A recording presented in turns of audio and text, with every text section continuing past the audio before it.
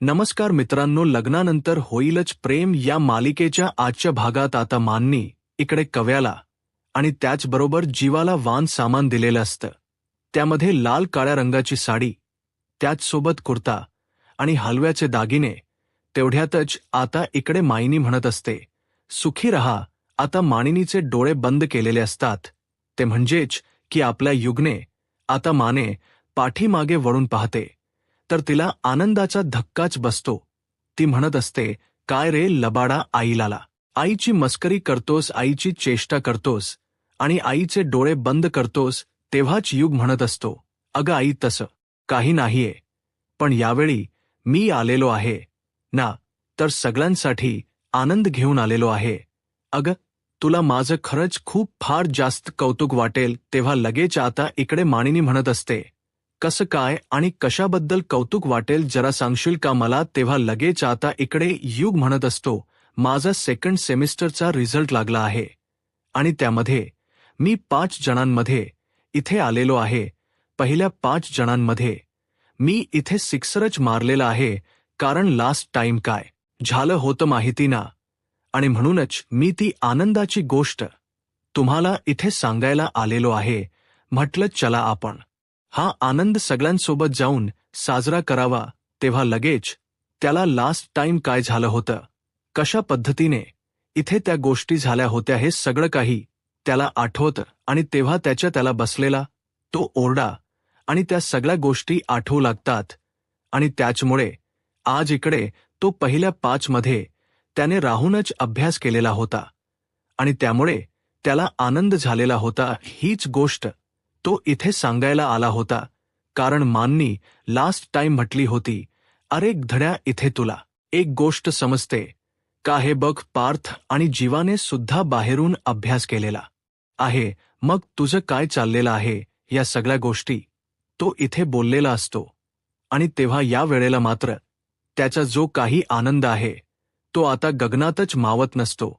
आता इकडे काव्या म्हणत असते, वा खरंच खूपच छान आणि खूप भारी आहे हे सगळं काही. म्हणजे आता इकडे जो काही युग आहे त्याचा जो रिझल्ट लागलेला आहे तो सुद्धा आपण छान असा सेलिब्रेशन करूया, कारण लास्ट टाइम कसं जीवाचं आणि माझं सेलिब्रेशन केलं होतं, पार्टी केली होती, त्याच पद्धतीने आपण हे सगळं करू असं इकडे तो ती बोलत असते. आणि तेव्हा लगेच बोलता बोलता थांबते, कारण ती जे काही बोललेली आहे ते सगळं बोलल्यानंतर इथे तिलाच आता कसंतरी अवघडल्यासारखं वाटत असतं आणि त्याचमुळे ती इथे गप्प बसलेली असते. आता माने त्या सगळ्या गोष्टीवरती सावरासावर करते आणि म्हणत असते, अरे असू देत ना, आपण सेलिब्रेशन तर करूयातच, काही एक फरक पडत नाही. आणि आता इकडे जो काही आपला युग घरी आलेला आहे ना, त्यामुळे सेलिब्रेशन तर इथे व्हायलाच पाहिजे. बर आता युग म्हणत असतो, काव्या वहिनी तू कशी आहेस. तेव्हा काव्या म्हणत असते, खरंच मी सुद्धा खूप छान, पण काय आहे ना, इथे सगळी भावंड एकत्र येणं आणि त्याचबरोबर इकडे सण समारंभ आहे, सगळं काही साजरं करणं, ह्यामध्ये खरंच फार आनंद आहे बर का, कौतुक आहे, असं सुद्धा इकडे आता ती बोलू लागते. पण इथे असू देवा नसला म्हणून काय झालं, इकडे आता पार्थ दादा म्हणजेच माझे देशमुख आहेत ना तुझ्यासोबत, असं म्हटल्याबरोबर सगळेजण पाहतच असतात. दुसऱ्या बाजूला आपण पाहतो की नंदिनीचे पाऊल आता देशमुखांच्या घरामध्ये आलेले असतात. नंदिनी इकडे ह्या घराला खूप मिस करत असते. आज ती इकडे एक एक पाऊल आतमध्ये टाकते, तेव्हा मात्र फारच आनंद इथे तिला होत असतो. आता इकडे ती मस्त देशमुखांच्या घरामध्ये येत असते. तर तेवढ्यातच आपण पाहतो की इकडे घरामध्ये मजा मस्ती ह्या सगळ्या गोष्टी चाललेल्या असतात. आता सगळ्यांचे लक्ष येणाऱ्या नंदिनीकडे जातं. आता सगळ्यांचे लक्ष येणाऱ्या नंदिनीकडे गेल्यानंतर आपण पाहतो की नंदिनी इथे दारावर आलेली असल्याकारणाने सगळ्यांना खूपच जास्त आनंद झालेला असतो. सगळेजण म्हणत असतात, नंदिनी. त्याचबरोबर इकडे नंदिनी म्हणत असते, काव्या, असं म्हटल्यानंतर सगळ्यांचं लक्ष नंदिनीकडे जातं आणि सगळ्यांचं लक्ष नंदिनीकडे गेल्यानंतर आता त्यांना सगळ्यांना फारच आनंद सुद्धा झालेला असतो. सगळेजण धावतच नंदिनीकडे निघालेले असतात असं वाटत असतं की नाही नंदिनी आता इथे आलेली आहे. मानिनी धावतच जाते आणि म्हणत असते, नंदिनी नंदिनी असं म्हटल्याबरोबर आता आपण पाहतो की इकडे नंदिनी आलेली असते. तेव्हा काव्या धावतच जाऊन नंदिनीला मिठी मारते आणि म्हणत असते, ताई ताई तू आलेली आहेस ही गोष्ट किती आनंदाची आहे. आणि त्याचबरोबर तू इथे आलीस खरंच ताई. तू इथे आलीस का हे सगळं ती इथे बोलू लागते. त्याचबरोबर आपण पाहतो की आता इकडे मानिनी म्हणत असते, माझा तर विश्वासच बसत नाही की नंदिनी इथे आलेली आहे. म्हणून म्हणत असते, खरं तर आज सण आहे आणि सण असल्याकारणाने देशमुखांची सून त्या घरी नाहीये. त्यामुळे म्हटलं चला देशमुखांच्या घरी जाऊन तरी येवा. तेव्हा मानिनी म्हणत असते, मला असं वाटलं की खरंच तू कायमची घरी आलेली आहेस, पण हरकत नाही, एक ना एक दिवस नक्की तू घरी येशील आणि माझा जीवावर पूर्ण विश्वास आहे. तेव्हा नंदिनी म्हणत असते, ते नाही आई, तुम्ही ह्या गैरसमजात अजिबात राहू नका. ज्या गोष्टीवर आणि ज्यांच्यावर आपण अतिविश्वास ठेवतो तिथेच विश्वासघात होतो. आणि तेव्हा माने म्हणत असते, असू देत, त्याने काही एक फरक पडत नाही. हे बघ, जेवढी जास्त वेळ वाट पाहावी लागते तेवढेच आपल्याला त्याचं फळ सुद्धा चांगलं मिळतं आणि ती ओढ त्या नात्यातील गोडवा वाढतच जातो. माझा जीवावर पूर्ण विश्वास आहे. असो, तुला की घरी घेऊन येईल बघ. तेव्हा नंदिनी म्हणत असते, आई आई म्हणजे ती खरंतर तिथून जायला लागत असते. तेवढ्यातच काव्या पुढाकार घेत असते आणि म्हणत असते, असू दे ना, काय करतेस तू हे, आज तू घरी आलेली आहेस ना, मग हाच खरा सोहळा आहे आणि ह्याच सगळ्या गोष्टी आहेत. काळजी करण्यासारखं काही एक नाही. असं सुद्धा आता इकडे ती बोलू लागते. काव्या म्हणत असते, बरं चला, मी काय म्हणते, उगच आपण इथे बसून टाइम वेस्ट कशाला करायला हवा. नको नको, चला त्यापेक्षा आपण काय करूया, मस्त घरामध्ये जाऊया आणि आनंद साजरा करूया. तेव्हा मांडणी म्हणत असते, हो चल नंदिनी, तू आज आलेली आहेस ना, तर आमच्यासाठी हाच खरा सोहळा आणि हेच सगळं काही आहे. माझा त्या गोष्टीवर पूर्ण विश्वास आहे. असं सुद्धा आता इकडे ती बोलू लागते. तेव्हा आता इकडे काव्या म्हणत असते, ताई चल, आज तू घरी आलेली आहेस ना, आपण त्याचं मस्त सेलिब्रेशन करूयात. आणि तू आज आलीस, आम्हाला फार आनंद झालेला आहे बघ. असं म्हणून आता काव्या इकडे नंदिनीला आतमध्ये घेऊन जात असते. पण इकडे मानिनी आणि त्याचबरोबर वसू रम्याला फारच मोठा धक्का बसलेला असतो. मानिनी तर फारच खुश असते. आता इकडे जी नंदिनी आहे ती काव्याकडे पाहतच असते, कारण तिने नेसलेली ती साडी, हातामध्ये असलेला तो बोका, एकंदरीत तिचा गेटअप ती पाहत असताना आता लगेचच इकडे नंदिनी म्हणत असते, अरे वा काव्या, तू तर फारच गोड दिसतेस, खरंच खूप कमाल दिसतेस हा तू. तेव्हा मानिनी म्हणत असते, अगं तिने मनावर घेतलेला आहे, तिच्या बोक्याला ती मिळूनच राहणार आहे. तेव्हा पार्थ मध्येच म्हणत असतो, आई. तेव्हा लगेच मांडणी म्हणत असते, अरे असं काय करतोयस बोक्याला. तिच्या बोक्याला म्हणते, मी हा. मग ठीक आहे. तेव्हा लगेच इकडे नंदिनी म्हणत असते, आई तुम्ही कशा आहात. मानिनी म्हणत असते, मी ठीक आहे. आणि तेव्हा काव्याम म्हणत असते, ताई तू कशी आहेस. मी सुद्धा ठीक आहे. तेवढ्यातच आशा पाणी घेऊन आलेली असते. ताई हे घ्या पाणी, मी तुमच्याकरिता चहा आणते. तेव्हा युग मध्येच म्हणत असतो, नंदिनी वहिनी तू कशी आहेस. तेव्हा नंदिनी म्हणत असते, मी ठीक आहे. युग तू कसा आहेस. मी सुद्धा खूप जास्त खुश आहे.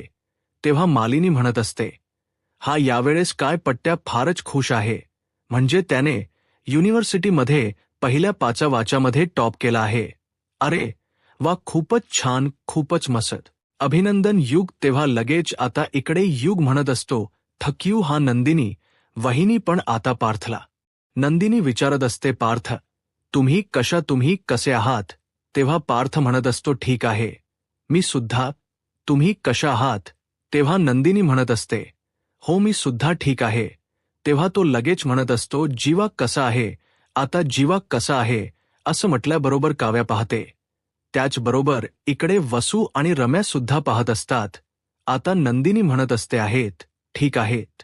तेव्हा रम्या आणि वसू पुढे येतात आणि म्हणत असतात, काय नंदिनी ठीक आहे, म्हणते जीवाला. तो कसा ठीक असेल, अगं त्याला तर तुम्ही इथे थंडीमध्ये आम्ही त्याचे ब्लॉग बघतो ना, आणि तो लॉगमध्ये काय काय बोलतो काय काय नाही, हे सगळं आम्हाला माहिती आहे ना. थंडीमध्ये कुडकुडत असतो, त्याचबरोबर गार पाण्याने त्या गार्डनमध्ये बसून आंघोळ करतो, वॉचमनच्या डब्यामधला तो डब्बा खातो, आणि तो कसा ठीक असेल, तू त्याला ठीक आहे असं म्हणतेस का नंदिनी, हे कसं शक्य आहे. असं रम्या बोलू लागते. तो त्या रिक्षामध्ये झोपता येत नाही, अकडून झोपतोय. तरी सुद्धा तुझं असं म्हणणं आहे की जीवा बराच आहे. तेव्हा वसू म्हणत असते, अगं काय करतेस रम्या तू, हे बघ खरं तर नंदिनी, आणि पारचं कौतुक करावं तेवढे खूपच कमी आहे बघ. म्हणजे ह्या जीवाने आणि त्याचबरोबर काव्याने एवढे सगळे काही गुण उधळलेत, एवढ्या सगळ्या काही गोष्टी केलेल्या आहेत, तरीसुद्धा या दोघांनी त्यांना माफ केलेलं आहे. आणि तरीसुद्धा या नंदिनीची हिंमत बघ ना, इथे ती देशमुखांच्या घरामध्ये पुन्हा इथे पाऊल ठेवत आहे. म्हणजे काय बोलायचं ना. मानिनी म्हणत असते, काय बोलताय ताई हे. तेव्हा रम्या म्हणत असते, अग आई, तुझ्या एक गोष्ट लक्षात येते का, ह्या छताखाली ह्या घरामध्ये चौघेजण जेव्हा एकत्र येतील आणि एकत्र आल्यानंतर त्या चौघांना सुद्धा ते सगळं काही आठवेल ना, मग तेव्हा काय होणार आहे. आता इकडे पार्थला फारच राग येत असतो, तर नंदिनीला सुद्धा खूपच जास्त राग येत असतो. तेव्हा वसू म्हणत असते, हो ग रम्या, या सगळ्या द्यायचं होतं ना. तेव्हा मानिनी म्हणत असते, काय ते ती वस्तू नाही का ती. तेव्हा नंदिनी म्हणते, काय काय चाललंय काय तुम्हा दोघींचं. तेव्हा मानिनी म्हणते, अगं हो, माझ्या लक्षात आत्ता आलेलं आहे. असं म्हणून मानिनी लगेच आता कपाटामधली ती पिशवी काढते, आणि पिशवी काढल्यानंतर त्यामध्ये जी काळ्या रंगाची इथे संक्रांती निमित्त घेतलेल्या ज्या साड्या होत्या, एक नंदिनीची आणि काव्याची, नंदिनीची साडी ती घेते आणि नंदिनीच्या हातावर ठेवते, आणि हलव्याच्या दागिन्याचा जो बॉक्स आहे तो सुद्धा काढते आणि तो सुद्धा नंदिनीला देत असते. तेव हा मानिनी म्हणत असते, खरं तर माझी अशी इच्छा होती की माझ्या दोन्ही सुनांना मी एकत्र हे सगळं काही द्यावं, पण असो नंदिनी, तू आता इथे आलेली आहेस ना, त्यामुळे मी हे तुला देत आहे. पण नंदिनी, अजून एक मला तुला रिक्वेस्ट करायची आहे. तेव्हा नंदिनी म्हणते, बोला ना आई, काय झालं. मी जीवासाठी सुद्धा इथे काळा कुर्ता घेतला होता, तो प्लीज त्याला देशील का. तेव्हा नंदिनी काहीच बोलत नाही. तर आता इकडे काव्या म्हणत असते, आई, हे काय विचारणं झालं का, ती नक्की देईल, तुम्ही काळजी करू नका. बळ द्या तो शर्ट तिच्याकडे. तेव्हा लगेच आता इकडे नंदिनी तो काळा शर्ट जो आहे, कुर्ता, तो हातामध्ये घेते आणि पटापट डब्या तिच्या त्या बगेमध्ये ठेवण्याचा प्रयत्न करत असते. आता बगेमध्ये ठेवल्यानंतर आपली इथे जी काही काव्या आहे ती लगेच नंदिनीच्या गालावर एक किस करत असते. तेव्हा नंदिनी थोडीशी लाजल्यासारखी होते. आता नंदिनी म्हणत असते, बर आई, ठीक आहे, आता मी येऊ का. म्हणजे अगं एवढ्यात चालली सुद्धा हो आई, मी जर आणखी इथे थांबले ना तर माझा पाय ओढणार नाही, कारण माझं मन असं ओल्या कपड्याच्या गाथोड्यासारखं झालेलं आहे. जेवढा जास्त वेळ थांबेल ना तेवढं त्याचं ओझं खूप जास्त होईल आणि माझा पाय इथून निघणार नाही, असं नंदिनी म्हणत असते. तेव्हा मानिनी म्हणत असते, बरं ठीक आहे, तू म्हणतेस ना, तर तसंच माझी काही हरकत नाही करते आई. असं म्हणून आता नंदिनी इथे मानिनीला नमस्कार करत असते आणि मानिनी तिला भरभरून आशीर्वाद देत असते. मला खात्री आहे की तू नक्की परत येशील म्हणून. तेव्हा लगेच आता नंदिनी म्हणत असते, आई नका काळजी करू, होईल सगळं ठीक येते काव्या. असं म्हणून आता काव्याला सुद्धा ती निरोप देते आणि मानिनीचा सुद्धा निरोप घेऊन तिथून निघून जात असते. इकडे आता जी काही नंदिनी गेल्यानंतर काव्या आणि मानिनीची अवस्था खूपच जास्त नाजूक झालेली असते. मानिनीला आनंद तर होत असतो, पण नंदिनी कायमस्वरूपी ह्या घरात यावी म्हणूनच तिचं मन आता इथे झुरत असतं. तेव्हा काव्य मानिनीच्या जवळ येते आणि म्हणत असते, आई, तुम्ही अजिबात काळजी करू नका, सगळं काही व्यवस्थित होईल आणि तुमच्या दोन्ही सुना येथे आनंदामध्ये तुमच्या याच घरामध्ये नांदतील. तेव्हा मांडणी म्हणत असते, मी सुद्धा त्या दिवसाची फार आतने वाट बघते, काही जरी झालं ना तरी सुद्धा माझ्या दोन्ही सुद्धा इथेच असायला हव्यात. तेव्हा काव्या म्हणत असते, एक तर आहे ना इथे, तर मग आता माझ्या डोक्यामध्ये एक प्लॅन आहे, मला तुमची मदत लागणार आहे. तेव्हा मानिनी म्हणत असते, कसली मदत आणि काय करणार आहेस? तेव्हा तिचा जो काही प्लॅन आहे तो ती मानिनीला सांगते. दुसऱ्या बाजूला आपण पाहतो की आता इकडे गच्चीवरती युग त्याचबरोबर रम्या आणि वसू असतात. आता इकडे युग आणि युग जो आहे तो त्याची पतंग उडवत असतो. पण त्याची पतंग उडवत असताना त्याची कन्नी पकडण्यासाठी कोणीच नसते. इकडे आता रम्या म्हणत असते, अगं आई कन्नी, जरा ढीली ढील सोडना, ढील सोडना. तेव्हा वसू म्हणत असते, अगं आयुष्यात प्रत्येक वेळेला मीच तर तुला ढील सोडत आलेले आहे. तर इकडे रम्या युगला म्हणत असते, काय रे, युग उडतोय की नाही? पतंग काय चाललंय काय तुझं? इकडे बघ. इकडे तेवढ्यातच पार्थ तिथे आलेला असतो. आता युग पार्थला म्हणत असतो, अरे दादा बघ ना, ह्या रम्याताईने माझा जवळपास 2 वेळा पतंग कट केलेला आहे. चल ना, आपण पण दरवर्षीप्रमाणे तिच्या पतंग कट करूया. तू माझ्यासोबत खेळणार नाही आहेस का? तेव्हा पार्थ मात्र काहीच बोलत नाही. तो म्हणत, युग म्हणत असतो, हे बघ दादा, मला रम्याची पतंग कट करायची आहे. तिने माझी 2 वेळा पतंग कट केलेली आहे. तू माझं ऐकणार नाहीयेस का? हा रम्याला तर फार आनंद होत असतो, कारण तिला असं वाटत असतं की आता पार्थ मात्र अजिबात पतंग खेळणार नाही. तेव्हा हे सगळं काही आठवल्यानंतर इकडे पार्थला सुद्धा जीवाबरोबरची ती मस्ती, त्याचबरोबर इकडे एकत्र खाणं, हसणं, लाठीकाठीचा खेळ, त्याचबरोबर एकत्र पतंग उडवण, या सगळ्या गोष्टी आता इथे पार्थला आठवू लागलेल्या असतात. पार्थला ते सगळे क्षण आठवत असतात. तो थोडासा हरवलेला असतो. तेव्हा युग म्हणत असतो, अरे दादा कुठे हरवलायस तू? प्लीज असा हरवून जाऊ नकोस ना. ती रम्या आपली सुद्धा पतंग कट करेल. तेव्हा पार्थ म्हणत असतो, अजिबात नाही, ती रम्या आपली पतंग कट करणार नाही, कारण तुझा पार्थ दादा तिला तसं करूच देणार नाही. तेव्हा रम्या आणि वसू इकडे पार्थकडे पाहतच असतात. त्यांना असं वाटत होतं की आता पार्थ जो आहे तो पतंग उडवणार नाही, पण आता इकडे तर तो पतंग उडवायला लागला की काय, असा मनामध्ये त्यांच्या विचार आलेला असतो. तेव्हा पार्थ म्हणत असतो, आता आपण आपला पतंग खेळूयात. दुसऱ्या बाजूला आपण पाहतो की नंदिनी आता धावत पळतच घरी पोहोचलेली असते. नंदिनीला आता जो मांडणीने दिलेला जीवासाठी कुर्ता आहे तो त्याला द्यायचा असतो.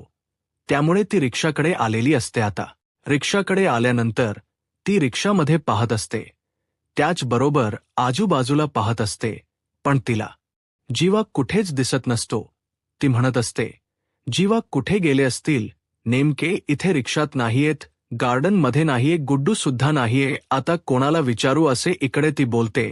तेव्हा वरून तिचा आवाज, जीवाचा आवाज आलेला असतो, अजमय ऊपर आसमान नीचे. असं म्हणूनच इकडे जो जीवा आहे तो वेगवेगळ्या पोजमध्ये नंदिनीला इशारा करत असतो की तू सुद्धा वरती ये म्हणून. आता नंदिनी जीवाकडे पाहतच असते. तिच्या मनामध्ये प्रश्न पडलेला असतो की जीवा नेमके गेले वर कसे, त्याचबरोबर माझ्याच खोलीमध्ये हे कसे गेले? पण इकडे आता शारदाने मदत केलेली असते आणि असं सांगितलेलं असतं की तुमच्या बायकोकरिता तुम्हाला जे काही करायचं आहे ते तुम्ही करा, सरप्राईज द्या किंवा आणखी काही करायचं असेल ते तुम्ही करा, असं शारदाने सांगितलं. घेतल्यामुळे जीवाला हा कॉन्फिडन्स आलेला असतो आणि तो आता वरती गेलेला असतो. तर आता नंदिनी कशी रिएक्ट करेल हे पाहणं इंटरेस्टिंग असतं. त्याचसोबत काव्याचा मान्नीला पकडून काय प्लॅन आहे हे सुद्धा उद्याच्या भागामध्ये आपल्याला पाहायला मिळणारच आहे. तर आता आजच्या भागामध्ये एवढंच. उद्याचा भाग फारच इंटरेस्टिंग आहे. तोच प्रोमो आलेला आहे. रम्या इकडे पतंग उडवत असते, वसुतीला ढील देत असते, कणी पकडलेली असते. तर इकडे आता जी काही रम्या आहे तिची पतंग मात्र ह्या दोघांना कट करता येत नसते आणि तिची पतंग ह्या दोघांना कट करता येत नसल्यामुळे आता इकडे जी काही रम्या आहे ती फारच आनंदात असते. आता इकडे जो काही पार्थ आहे त्याचे पतंग कट करत असतो. खरं तर इकडे जो आपला हा आहे युग आहे तो म्हणत असतो, दादा दादा काय करतोयस तू, काही जरी झालं ना तरी सुद्धा आपल्याला एक काम करायचं आहे, एक गोष्ट करायची आहे, आणि ती म्हणजेच की ही जो काही रम्या आहे ना ह्या रम्याची पतंग कट करायची आहे, असं इकडे तो बोलू लागतो. आणि तेवढ्यातच आता पाठीमागून रम्याची पतंग कट झालेली असते. तेव्हा तो म्हणत असतो, अरे रम्याची पतंग कशी कट झाली, म्हणजे ही पतंग आपण कट केली नाही, मग ही पतंग कोणी कट केली, असं इकडे तो बोलतो. आणि ह्या सगळ्या काही गोष्टी इथे बोलल्यानंतर आता काव्या म्हणत असते, ती पतंग जी आहे ना ती इथे मी कट केलेली आहे, असं सुद्धा तो इकडे बोलू लागतो. तेवढ्यातच आपण सगळेजण पाठीमागे वळून पाहतात आणि पाठीमागे वळून पाहिल्यानंतर जी काही काव्या आहे ती काव्या इथे आलेली असते. खूपच कमाल आणि धमाल अशी दिसणारी काव्या. इथे आल्यानंतर पार्थ हा तिच्याकडे पाहतच असतो. तेव्हा काव्या म्हणत असते, काय देशमुख, माझ्याकडेच पाहत राहणार आहात का, पतंग सुद्धा उडवणार आहात, काय करताय काय तुम्ही, चला चला पटकन चला, नाहीतर तुमची सुद्धा पतंग इथे कट होऊन जाईल, चला लवकर, काय करायचं आहे हे तुम्हाला कळत नाही का, असं सुद्धा आता इकडे ती बोलत असते. तेव्हा काव्या आता इथे पार्कच्या बाजूला जाऊन उभी राहते, चष्मा खाली करते, त्याला डोळा मारत असते आणि म्हणत असते, अरे भाई आओ ना फिर, असं म्हणूनच आता पतंग उडवायला सुरुवात केलेली असते. आता पुढे काय होईल हे पाहायला आत्ताच माझा महाराष्ट्र या यूट्यूब चॅनलला सबस्क्राईब करा. धन्यवाद.